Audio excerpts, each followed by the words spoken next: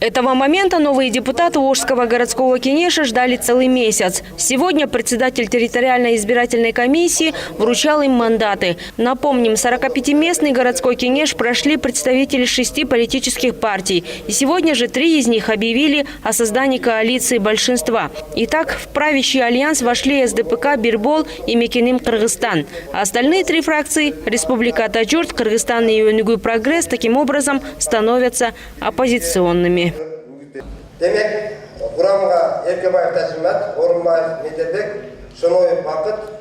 Затем депутаты избрали спикера Горкенеша. Коалиция большинства выдвинула одного кандидата – Ормонова Джапарбека Туратовича. Прежде он работал проректором Можгу, затем до недавних выборов был вице-мэром города Ош.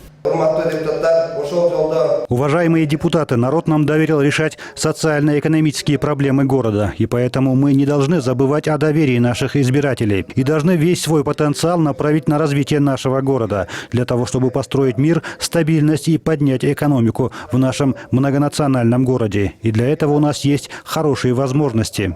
По закону, через 10 дней после вручения мандатов должны состояться выборы мэра города. Кандидатов выдвигать вправе партии и премьер-министр. Кого и кто, пока официально не объявляется. Тем не менее, фамилии некоторые все же называются в кулуарах муниципалитета. Это бывший губернатор Ошской области Алы Карашев, ныне заместитель руководителя аппарата президента. Называют также депутатов Джугурку Кенеша Джанара Акаева, Абдувахаба Нурбаева и Азамата Раппаева.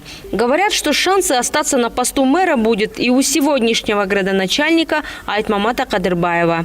Гульджан Алтмышбаева, Бекджан Токтосунов, НТС Ош.